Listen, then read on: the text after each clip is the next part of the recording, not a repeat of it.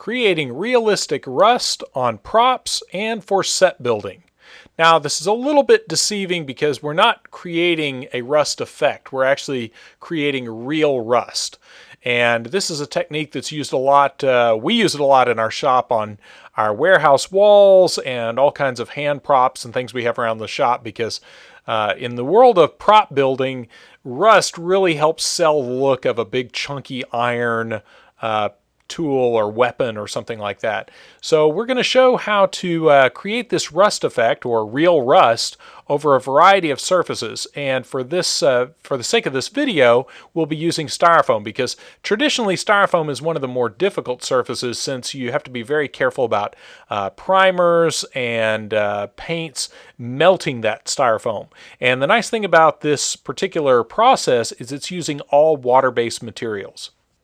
Now, the first thing we're going to do is create a prop to rust. And this is used a lot in themed environments to create old factory walls and things like that. We're just going to create a small section here using a sheet of high-density styrofoam. And any kind of foam will work, and really this process works over any paintable surface.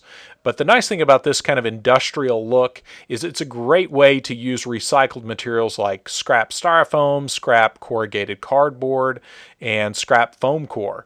The only thing we're using that was of any real cost is these little Easy Flow 60 bolts that we've glued in place.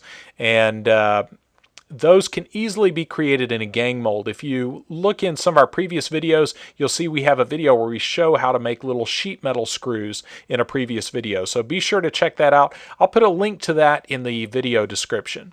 So once we've created our prop by gluing together our foam core, our corrugated cardboard, or whatever we want, you can scratch build all kinds of things like this.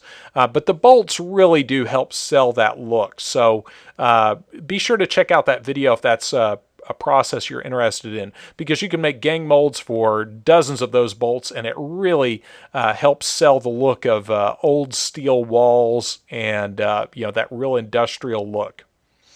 Now, once we've got our prop pieced together, we're ready to prime it for painting. And for our primer, we're going to apply Prime It primer.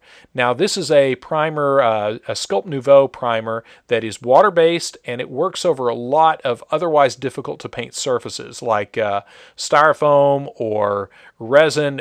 This works great over easy flow resin parts like Easy Flow 120. It sticks very well to a lot of otherwise difficult to paint surfaces. And you can apply this with an HVLP spray gun, and in that case you can use some distilled water to thin it down a little bit. But for this application we're just going to apply it with a brush. It's very easy to apply with a brush or roller, whatever. Just the main thing here is it is a water-based system, so it's going to dry like any other kind of water-based paint. Now, one thing I like to do is as soon as I brush that all over my surface, I like to stipple it with the end of the brush to remove any brush strokes. And that will also help give it that old metal kind of texture. Now, the Prime It primer is available in several different colors. For a metallic application like this, I prefer it in either the black or the gray.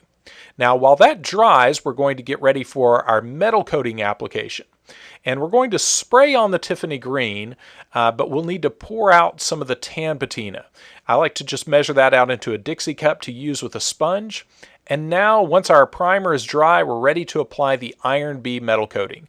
Now, anytime you're going to be creating an oxidized surface, like a rust surface or oxidized copper or bronze with some of our other metal coatings, you want to apply at least 2 layers of metal coating. You want to do one layer as a base coat and then a second layer to apply that will actually receive the reactive patina.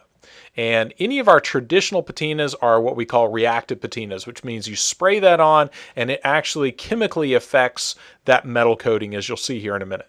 So we're going to apply one layer of our metal coating all over our piece, and then just like we did with the Prime It primer, we're going to stipple out any brush strokes that might be apparent on the surface. And once that dries, we're going to apply our final coating of metal coating. And again, same rules apply. We're going to apply this anywhere we want rust to occur and stipple out the brush strokes. And this is where timing is really critical. We want to make sure that as soon as we apply the metal coating, we're ready to apply our patina, because if we wait too long and the metal coating starts to dry, it seals off the metal inside that metal coating and you don't get a good reaction. So in order to get a really good rust reaction, we need that metal paint to be wet. So we're going to brush this all over the surface, and as soon as we get the brush strokes stippled out, we're going to be ready to apply our patina. So be ready to move fast, and if you're working on a large surface like a wall or a large prop, it's a good idea to have several people helping you and have one person applying the metal coating and another person following behind ready to apply the patinas. Now, as with any air drying material, remember that your dry time will depend on the ambient humidity and the temperature. So remember that when you're working in really hot, dry environments, this will dry really quick. So it's always a good idea to apply this in a climate-controlled area to give yourself more working time. And now ready to apply our patinas.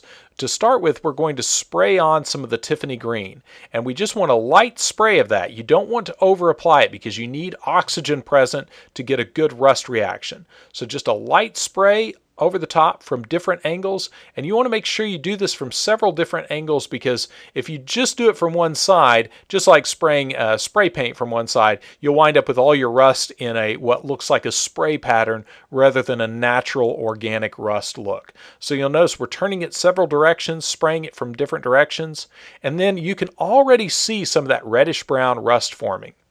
And now we're going to go back over it with some of the tan patina on a sponge. And I just want to hit a few key areas with that. We're going to apply that just to the corrugated cardboard. So it looks like we're getting a different type of rust forming in key areas like some of the bolts and some of those little metal grill areas we've created.